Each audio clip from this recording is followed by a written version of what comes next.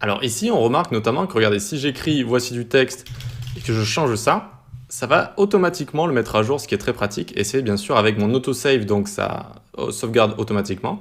Et avec mon live server que j'ai tout simplement fait clic droit, Open with Live Server, et ça me l'a ouvert en local. Ici, l'adresse qu'on voit, c'est localhost, là le 127.0.0.1. Donc c'est ce qu'on appelle l'adresse locale, c'est pour un développement, encore une fois, en local, donc pas sur Internet, c'est vraiment sur notre machine, et ça nous permet de simuler comme ça une page web, tout simplement. D'accord, c'est même pas simulé, c'est une vraie page web, sauf qu'on l'a en local. Très bien, et ensuite on voit ici le fichier qu'on a ouvert, index.html. Super. Est-ce qu'il y a d'autres manières de faire que cet autosave et ce live server? Alors, ce qu'on faisait avant, je vais vous rouvrir le dossier. On allait ici, donc vous voyez que là, je suis dans le dossier qu'on a créé sur le bureau. Et ici, on faisait ouvrir avec, tac, et là, je fais ouvrir avec Google Chrome. Et vous voyez que ça me l'ouvre également. Ça me l'ouvre également ici. Et ensuite, j'écrivais quelque chose sans l'autosave. Alors, voici du texte. Vous voyez que là, ça ne va pas le mettre à jour automatiquement. Il faut faire un CTRL-S, tac, et faire un F5 pour actualiser ou alors cliquer sur actualiser. Vous voyez que c'était beaucoup plus long quand même, c'est-à-dire qu'il fallait écrire, là on CTRL-S, on enregistre, alors on enregistre ici, et ensuite ici on fait un F5 où on clique sur l'actualisation comme ça. Vous voyez, bon, c'était plus long et clairement là c'est beaucoup plus pratique d'avoir juste le autosave ici, tac. C'est disponible sur tous les éditeurs de texte. Si vous utilisez un autre éditeur, cherchez juste par exemple bracket avec live refresh ou autosave comme ça et live server, d'accord? Donc là on va pouvoir fermer ça, on se retrouve ici directement et on va pouvoir fermer ça. Ok, nickel. Maintenant, donc on a vu cette balise P ici, d'accord, constituée à chaque fois d'un chevron, donc chevron, chevron, balise ouvrante du coup, et chevron, chevron, slash pour la balise fermante. Donc ici, je vais vous en montrer d'autres qui sont très connus, notamment le H1. Hop, donc on fait un H1 ici. Voici mon titre. Le H1, c'est le titre, d'accord? Et vous voyez qu'il est stylisé différemment de base, c'est-à-dire qu'il va être un peu plus gros avec un peu plus de gras dans son écriture.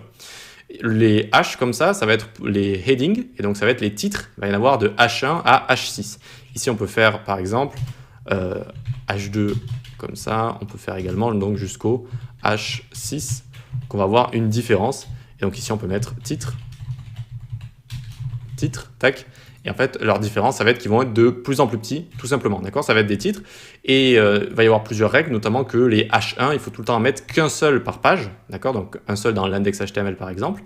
Pourquoi? Parce que les robots de Google, ils vont venir crawler votre site, ils vont chercher le H1, parce que, en général, le titre, il faut qu'il contienne des keywords, des mots-clés qui correspondent à la page et notamment au site. C'est-à-dire, si vous avez un site sur le flamenco, il faut que votre H1, il parle de danse, il parle de, je sais pas, de danse espagnole ou quoi que ce soit, ou, oui, le flamenco, je sais espagnol si je dis pas de bêtises, et ces mots-clés vont se retrouver dans le H1 ici. Et il va pouvoir vous ranker, c'est-à-dire vous positionner parmi les recherches par rapport notamment, entre autres, à vos H1 comme ça.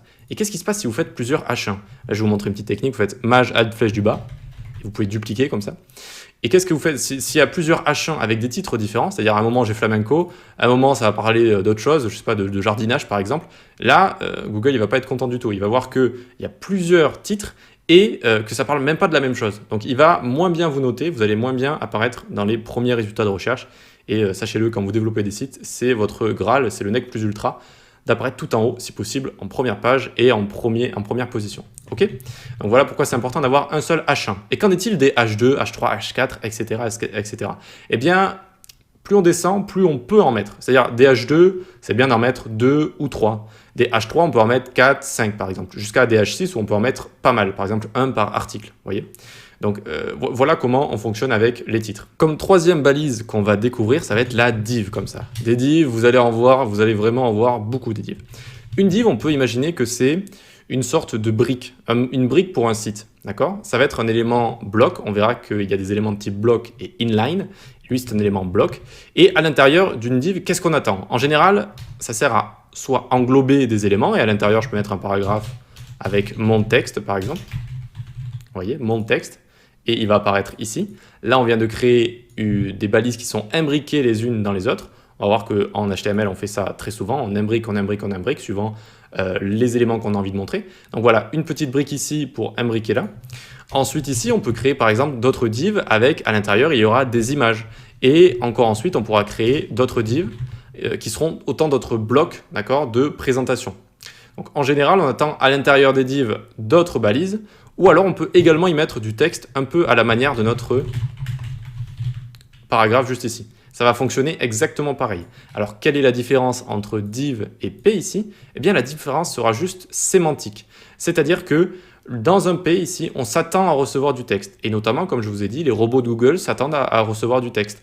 Et pas que. Il y a aussi les liseuses d'écran, c'est-à-dire les personnes malvoyantes, malentendantes, des personnes qui peuvent avoir certains handicaps vont utiliser des liseuses d'écran. Il y en a beaucoup plus que vous le pensez. Et quand elle va voir un P comme ça, elle va s'attendre à du texte, ça veut dire « Ok, je me mets en mode texte, je vais lire le texte qui est à l'intérieur ». Alors que dans une div, pas forcément. Vous voyez, elle va pas forcément s'attendre à du texte. Et c'est un peu une mauvaise manière de mettre un peu du texte brut comme ça dans une div. Dans une div, c'est un bloc qui va nous servir à montrer du contenu, d'autres balises. Voilà. Très bien, donc ça on va pouvoir le supprimer ici, on va revenir beaucoup plus en détail sur tout ça, je vous présente un petit peu les balises les plus connues, et on va pouvoir voir dans la prochaine vidéo les balises fermantes, donc les closing tags en anglais, ça va être des balises qu'on va fermer directement. Allez, à tout de suite.